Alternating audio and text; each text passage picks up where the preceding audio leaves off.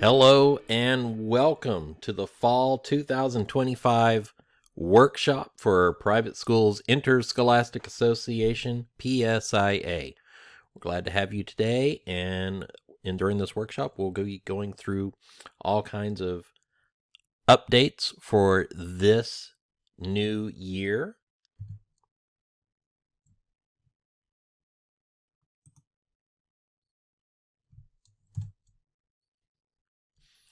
So we have administrative updates, contest updates. Those are our basic updates that we'll be going over.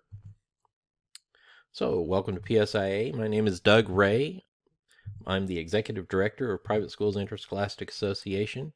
My email address is doug@academicneat.com. Please feel free to reach out to me anytime you have a question about PSIA. I'd be happy to help. We're proud to announce we've hired an one-act play, an OAP director, Misty Baptiste. Misty's email is mbaptiste2376@gmail.com. Misty comes to us with a wealth of experience, over 20 years in the theatrical arts, and we're very happy to have her aboard this year. Please contact Misty with all your OAP questions. The alignment for this year stays the same. Single A is less than, on average, 27.5 students per grade, and double A is still more than 27.5 students per grade. We found that balances out the schools within our program, although we do have some schools in single A that choose to compete in double A.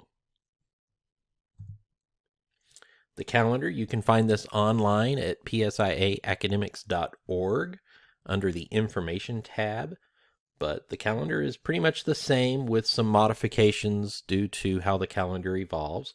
The incentive deadline for membership is still October 1st. With that, you receive a 10% discount off your materials.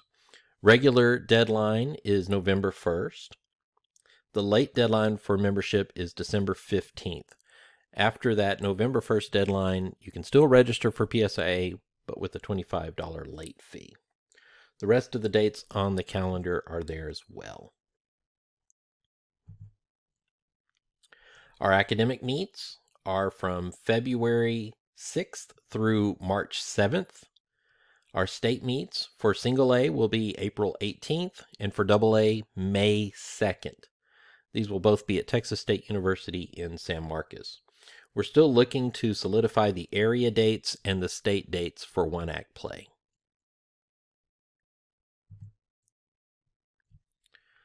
For participation, your initial participation designation during the membership registration is how we'll get started with everything. Then you can add or remove contest up through December 15th. When you add additional net contest, you'll still pay the regular $60 fee per contest.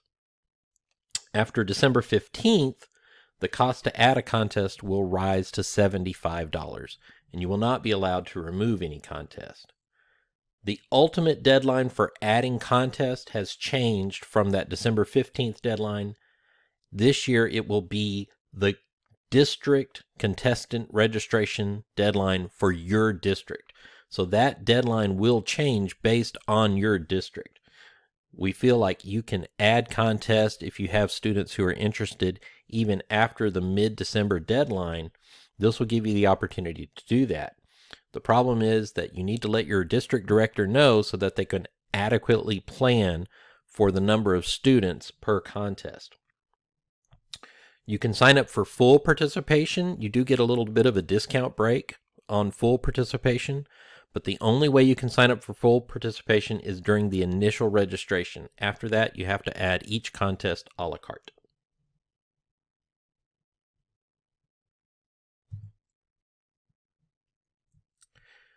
The conflict pattern schedule is basically the same this year. We did have one slight change, which was oral interpretation for grades 4 and 5. That finals round was moved from 2:30 to 3 o'clock.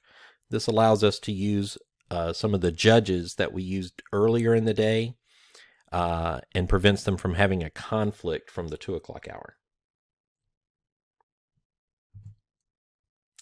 And now for our contest updates. Art memory is new this year. Remember that art memory goes through a 2-year cycle.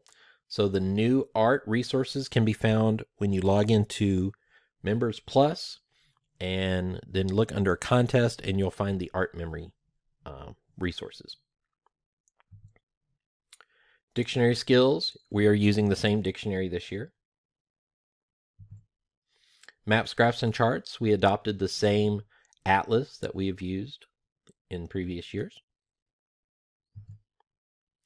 For mathematics, grades 6 through 8, our new special topics this year are the circle theorems. These questions will be on problems 46 through 50, and you can download the document from Resources. That's available outside of Members Plus. Just go to Resources, Mathematics, and download the document on circle theorems. Our topics for modern oratory this year are: do social media influencers possess too much power? Should more Texas schools adopt a 4-day school week to improve student performance? Is mental health as important as physical health? Does technology have a positive or negative effect on relationships? And how important is it to preserve natural lands in the United States? One new rule for modern oratory this year is that all contestants in modern oratory must write their own speech without the use of AI. So the contestants are not allowed to use AI to help them with this contest. They need to write it all on their own.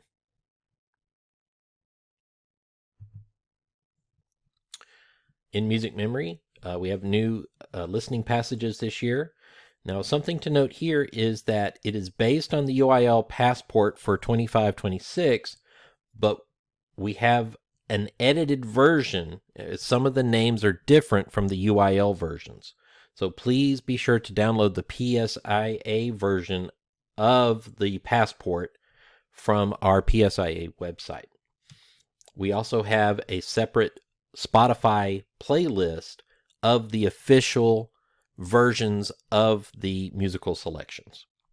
In addition, there's a little practice game that I wrote that you can use to have your students practice online. You can find that under Resources, Contest, and Music Memory. Now, here's a short sample of this year's selections.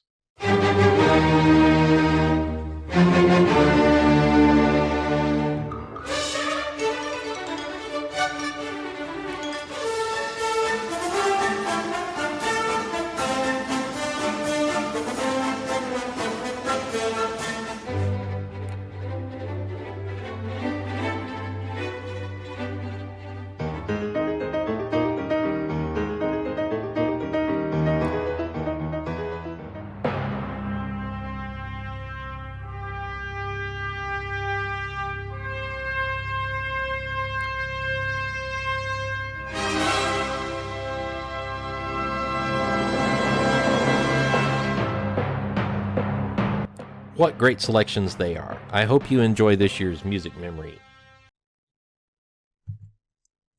Next, number sense. We have the special topics for grades 6 through 8. Same topics as last year. Multiplication of numbers that straddle 100, volume of prisms, working with x plus y and xy, and means.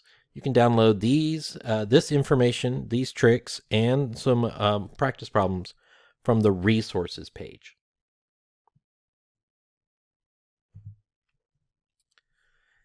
We had a lot of changes in the oral interpretation contest this year. This will be a prose year, and here are some of the new rules. Contestants are required to name the author and the title of the piece or the pieces they are performing during the single introduction with their binder closed. So in the past, students would list the title of the piece and the author and read it, and then they would maybe name the next piece and the title and the author and then read it. They're no longer allowed to do that. All the authors and titles must be given in the introduction.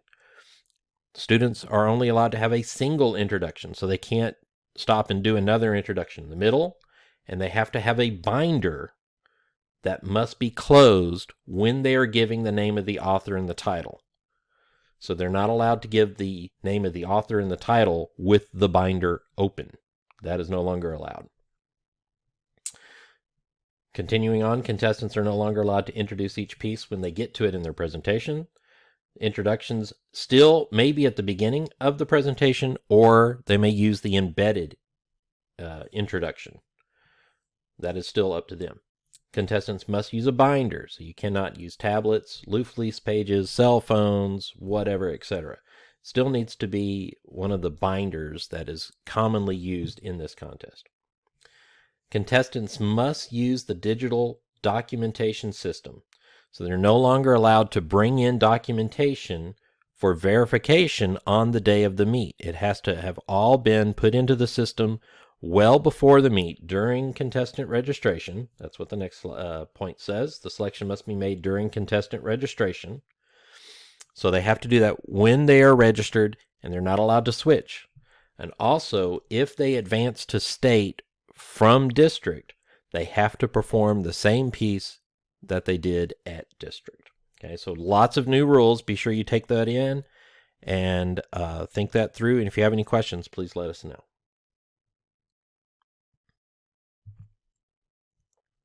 For spelling, we have the word list that's available on resources. We also have a document that is available for purchase that gives you the list as well as some helpful hints in how to spell things that are normally found on our spelling test. Derivatives of words used in the word list are still available, are still used in grades 4 through 8. There is a spelling derivatives document that you can download from resources. And so one thing to do is encourage your contestants, your students, to identify possible derivatives of those words as they're going and memorizing the word list. Also, I have updated the contestant answer sheets so that each of them now are just 2 pages front and back. The grades 6 through 8 contestant answer sheets used to be 3 pages. Those are now just going to be 2. Make it easier for your contest directors. For storytelling, we have the practice stories are still available for purchase from the PSIA online store. These 12 stories will help build up your storytelling skills with your contestants. And for the vocabulary test, we have a new set of vocabulary words this year that's available for download under resources. There is a Quizlet link to all 300 words for students to practice, and there's a practice crossword with solutions. It contains words that are both in the vocabulary list and some outside words because it's impossible to make a crossword with just the vocabulary.